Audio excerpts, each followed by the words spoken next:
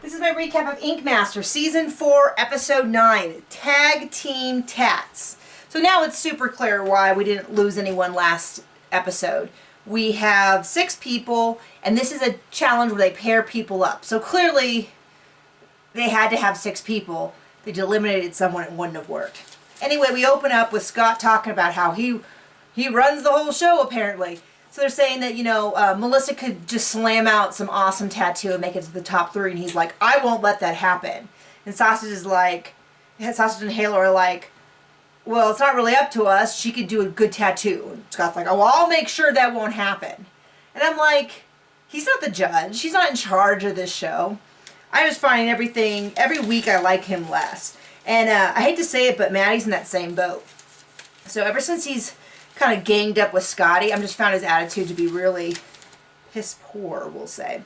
There's no flash challenge. They're going straight into the elimination challenge, which is about flexibility. The 2 artists will be collaborating. I don't feel this is a good idea. I do not like team challenges this late in the game. It's too easy for a really strong artist to get pulled under by their teammate's mistake. And when you talk about a collaboration, it's just too difficult to separate out the decisions, because you can always say, well, you should have said this, or you should have made your partner do that. So I'm not a fan of having this type of collaboration challenge this close to the end. So anyway, they get randomly assigned. Maddie and Sausage are together, and Maddie's like, well, I wish I wasn't paired up with Sausage, but I guess he'll do. And I'm like, dude, seriously? Like, now I get this big ego? 2 episodes ago, he was like, well, if we eliminate Sausage, I'll move 1 up in this competition. So I'm like, okay. Anyway, I clearly have some issues with these people. Gentle J and Melissa are paired up. Melissa's not happy about this. And Gentle J does have a point, which is like their skin's looking at him, and she's got like this stank face on it. It's like, girl, at least pretend, because don't show in front of your skin. You want to bitch. But off the stage, whatever, fine. But don't do it in front of your skin. Which leaves it Halo and Scott are put together. So, to kind of summarize their process, Sausage is sort of like, hey, I'll do what you want. I think he let too much control go to Maddie. Maddie kind of seemed to have led the design a bit, and I think Sausage should have stepped forward. It might have been just as bad as it was, but who knows.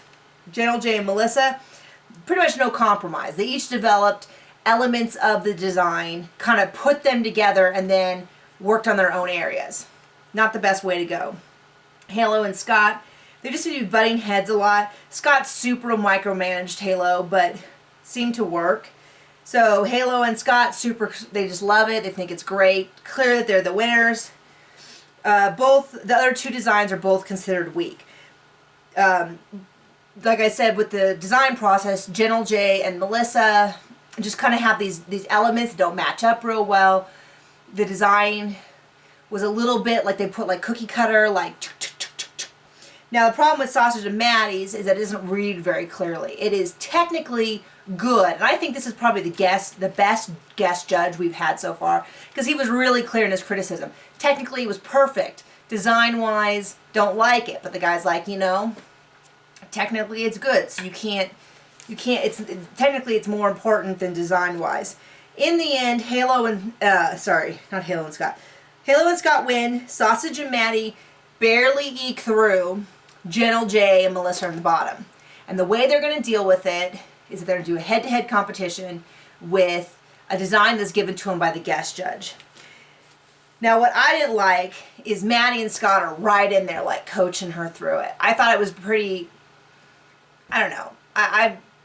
It just kind of shows that they think that they run the competition. I didn't think it was, I wouldn't say it was unfair, but it was pretty weak. Like, I wasn't real impressed. I preferred when Halo and Sausage were like, kind of backing off a little bit.